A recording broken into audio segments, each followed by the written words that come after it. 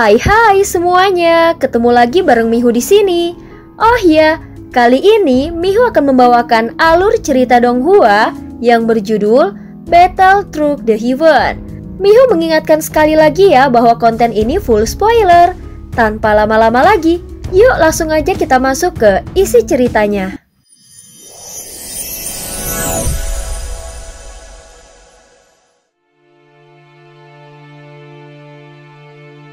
Melanjutkan dari kisah sebelumnya.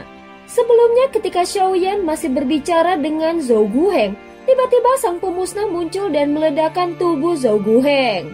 Melihat ini Xiaoyan tidak menghiraukan daging dan darah yang berhamburan, melainkan langsung mengulurkan tangannya ke depan dan meraih setetes esensi darah dari tubuh Zhou Guheng. Tanpa ragu sedikit pun, Xiaoyan segera menyuapkan esensi darah itu ke dalam mulut avatar Yuan Shen miliknya. Setelah menstabilkan tubuhnya, Xiaoyan kembali duduk bersila bahkan tanpa menoleh sedikit pun ke arah sang pemusnah. Kemudian dia perlahan menutup matanya. Aku tahu dia tidak akan turun tangan secara langsung. Xiaoyan bergumam di dalam hatinya. Memang cerdik, kau sudah memperhitungkan bahwa aku tidak akan menyerangmu bukan? Namun bila kau tidak mau menyerahkan jantung mereka, aku akan meledakkan mereka. Suara sang pemusnah terdengar perlahan dan tanpa emosi, seakan berasal dari alam dewa kekacauan di mana suara tidak bisa digunakan untuk mengenali identitas seseorang. Xiaoyan mengernyit sedikit. Beberapa raja roh ini memang suka membuat kekacauan, tetapi avatar jangkrik emas jauh lebih penting. Setelah beberapa saat, dia mengeluarkan seluruh jantung biru yang tertanam di dalam tubuh avatar jangkrik emasnya. Saat jantung-jantung biru itu melayang menuju sang pemusnah, para raja roh yang sebelumnya hanya menyisakan jantung saja, tiba-tiba tubuh mereka mulai terbentuk kembali dengan sangat cepat, seolah menumbuhkan daging dari kehampaan. Benar sekali, dengan kekuatanku saat ini, memang tidak mungkin untuk membunuh mereka. Xiaoyan tetap memejamkan mata bahkan tidak tertarik untuk melihatnya. Kalau begitu enyahlah sekarang. Xiaoyan langsung berkata dengan dingin. Dia bahkan tidak peduli dengan kemarahan sang pemusnah. Sebenarnya Xiaoyan sedang menguji dan bahkan mencoba memprovokasi. Dia ingin melihat apakah sang pemusnah ini juga berani turun tangan seperti Jiugen dahulu. Meskipun cara ini sangat beresiko, namun Xiaoyan hanya ingin membuktikan satu hal yang telah lama mengganggu pikirannya. Dari pertemuan di alam dewa kekacauan, Xiaoyan mendapatkan informasi bahwa sang pemusnah tidak dapat langsung melukai siapapun. Yang bisa mereka lakukan hanyalah mengacaukan dunia lewat cara-cara licik dan manipulatif. Mereka hanya bisa menggunakan perhitungan atau membuat orang lain menjadi alat untuk membunuh. Jika sang pemusnah benar-benar turun tangan sekarang, maka semua yang dia ketahui selama ini akan salah. Namun jika sang pemusnah tidak bertindak, maka jelas bahwa dulu Jiugen memang sengaja bertindak atau mungkin sengaja memilih mati. Dengan mengorbankan nyawanya, dia membuat Xiaoyan masuk ke dalam permainan ini demi mencapai tujuan liciknya. Setelah suara Xiaoyan menghilang, seketika suasana menjadi hening. Tidak ada suara dan tidak ada tanggapan. Sesaat kemudian, Xiaoyan membuka matanya dan sang pemusnah sudah menghilang. Makhluk seperti sang pemusnah memang memiliki kecerdasan yang luar biasa. Semua tindakan dan kata-kataku mungkin bisa dengan mudah ditebak olehnya. Yang membuat Xiaoyan merasa aneh adalah topeng sang pemusnah yang tiba-tiba bereaksi. Hingga saat ini dia belum terlalu mengenal para sang pemusnah. Dan bahkan sekarang pun dia baru tahu setengahnya. Saat itu di permukaan topeng Jiugen muncul tanda berbentuk mata. Dia disebut Jiugen karena memiliki mata 9. Adapun semua sang pemusnah memiliki jumlah mata yang berbeda di topengnya masing-masing. Saat Xiaoyan tenggelam ke dalam pikirannya, tiba-tiba ada getaran dari dalam cincin penyimpanannya. Topeng 9 mata segera muncul di dalam benaknya. Hal ini menandakan bahwa sang pemusnah kembali menggelar pertemuan. Segalanya terasa mendadak, namun bagi Xiaoyan itu cukup masuk akal. Sultan baru saja pergi dan sekarang rapat sang pemusnah digelar di bawah kendalinya.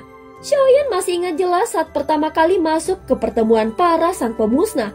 Sutong adalah satu-satunya yang berbicara langsung dengannya. Pada saat itu dia berkata bahwa dia sangat tertarik pada reinkarnasi yang mulia dan ingin melakukan pertukaran dengannya. Dengan kata lain, Xiaoyan sebenarnya sudah menjadi bagian dari permainan Jiu Geng sejak awal. Sutong memang sangat tertarik dan bahkan ikut campur secara langsung.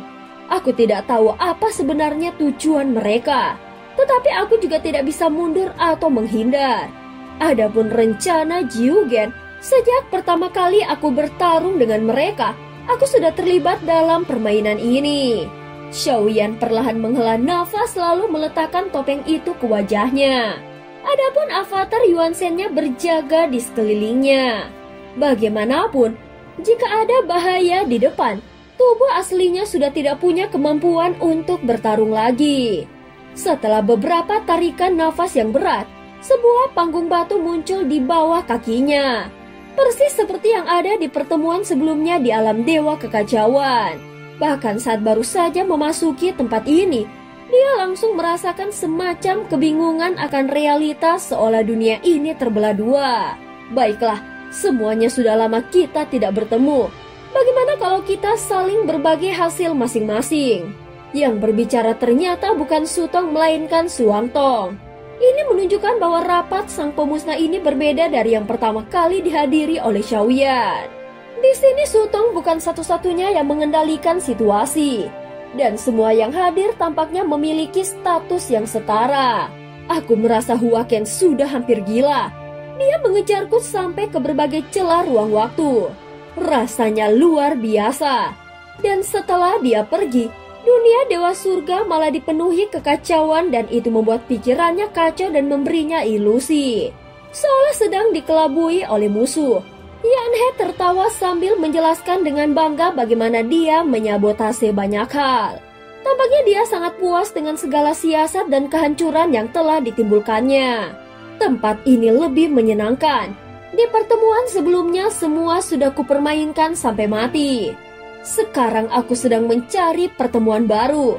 Kekacauan di dunia sensei berhasil dipadamkan secara paksa. Aku sudah merencanakannya sejak lama. Tetapi rencana itu digagalkan oleh reinkarnasi yang mulia. Bahkan Ye Beijing pun ikut bersamanya. Sutong berkata dan terlihat sedikit tidak senang. Di dunia lautan dan pegunungan, mereka saling membantai dan punah sendiri. Api pemberontakan masih menyala di sana dan semakin membesar. Jika dibiarkan terus-menerus, mungkin saja akan menghancurkan seluruh dunia itu. Bisa menyabotase satu dunia sampai hancur itu luar biasa nikmatnya. Mauda berteriak lantang dengan penuh semangat dan tampak benar-benar menikmatinya. Xiaoyan hanya bisa merasakan bahwa para sang pemusnah ini benar-benar gila. Semua ini hanyalah bagian dari permainan yang kita kendalikan, ucap Susi Jie penuh kebanggaan. Karena keterlibatan dunia Taisu kolam ini semakin keruh, justru akulah yang mendapatkan keuntungan paling besar di sini. Konze berkata dengan penuh kebanggaan, seolah tidak mau kalah dengan yang lainnya. Aku telah berkelana kemana-mana dan mengacau di banyak dunia.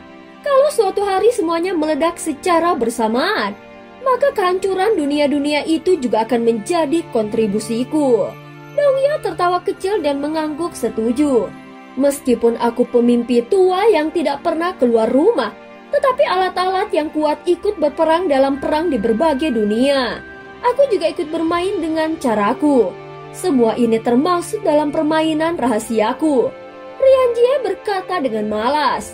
Xiaoyan merasa bahwa semua prestasi yang mereka banggakan sebenarnya adalah tentang kehancuran. Dengan kata lain, mereka sangat menikmati proses menghancurkan dengan berbagai cara dan skenario, sehingga menciptakan kemungkinan kehancuran itu benar-benar membuatnya terjadi. Mereka turut campur tangan dalam setiap alur perkembangan dunia. Setiap peristiwa besar hampir selalu berkaitan dengan mereka, meski tidak ada satupun yang dapat membuktikannya secara langsung. Aku punya seorang pendatang baru kuat dari dunia Tianqi. Bagaimana kalau kubiarkan dia bertarung melawan Huaken? Sang pemusnah memang suka memprovokasi konflik. Dan dengan cara ini, Akan ada banyak kultivator kuat yang terjebak dalam permusuhan sehingga menimbulkan konflik yang besar. Itu panggungmu, aku tidak bisa melarangmu. Sutong menjawab dan suaranya perlahan menghilang. Saat ini giliran Xiaoyan yang berbicara. Tetapi apa yang harus dia katakan?